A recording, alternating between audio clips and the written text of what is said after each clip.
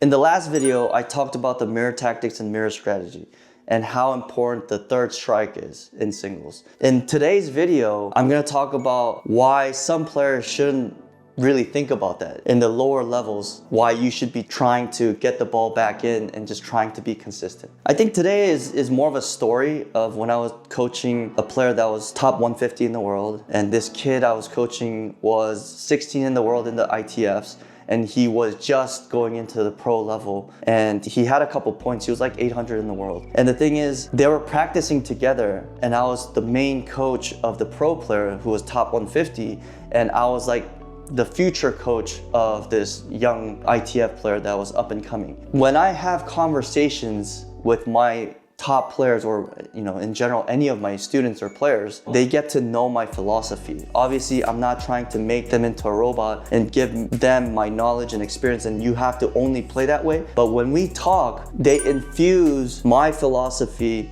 into their style of play. So they completely understand what I'm trying to say to them and they make it their own. That's how my top players do well. When I was coaching both of them at the same time, they were actually playing matches and points. And my player that was top 150 in the world would always be the junior player. And like, he just couldn't find a way to win. The way I explain all my strategy to these top pros is how to adapt to different things that their opponent is doing. So they have no idea what strategy the 150 player was doing because he kept on changing his strategy based on what the junior player was doing. So which was great. Like it was good to see because I could see my pro player adapting to the changes that junior player was making. And I was coaching the pro player mostly. The pro player one day got really cocky and he was trash talking to the junior player. So I was like, okay, because I hate players that become arrogant and cocky, because once you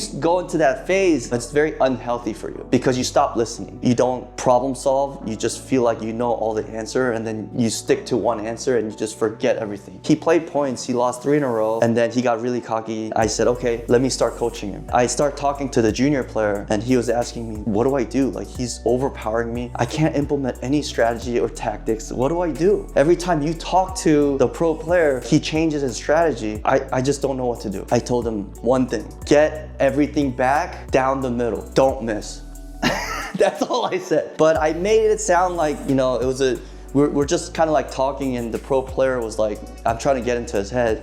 We're like, I'm just trying to talk and make it feel like I'm trying to break that pro player down and hit to his weakness. But the thing is, the junior player didn't have the arsenal that the pro player had to implement the strategy and make the pro player uncomfortable. A very effective strategy is just trying to dogfight and keeping your fighting spirit super high. You don't need strategy because you're not the better player. The mindset would be like, okay, whatever he does, I'm just gonna get everything back, try to neutralize it. I'm not gonna even attack. That's the mindset going in. He won the next 2. And then the pro player was going crazy like, what did you tell the junior kid? What did you tell him? What strategy was he using?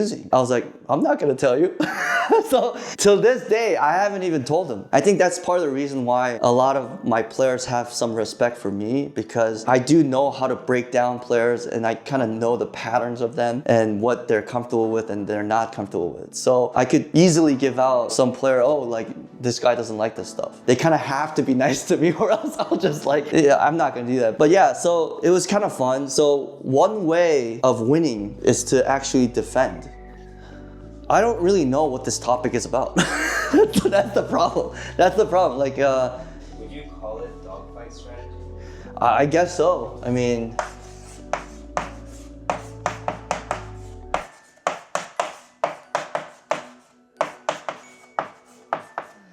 a lot of the strategic things and things that I work on with my players, I don't really have a name for it. It's not like I don't study. Just because I was a player and played at the top and pro and then coached at the top level, you still need to keep learning to be able to explain things very well. But I mean, all these ITF books, I went through them. Not a lot of them have the stuff that I want to talk about. Yes, they have like new ideas that I didn't know about. I'm still learning like new things. But the thing is, when I take that information, I just don't say it exactly like how the textbook told me, because I have the experience of playing and coaching at the top. When you don't have a strategy and nothing is working, just number one, don't miss. Yes, I know. Some people don't like to use negative words. Who cares? Who cares? Don't miss. You know, it's okay. Or get everything back. Whatever works for you. Sometimes negative feedback works so well. It's not always positive reinforcement that works well, but it's just how people are, you know.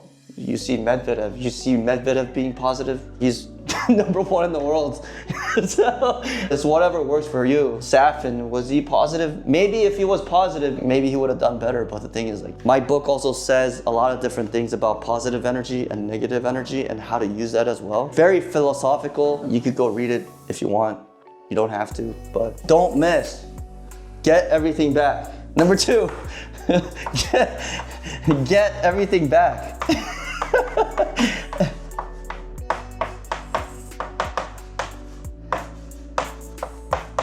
Number 3, hit down the middle.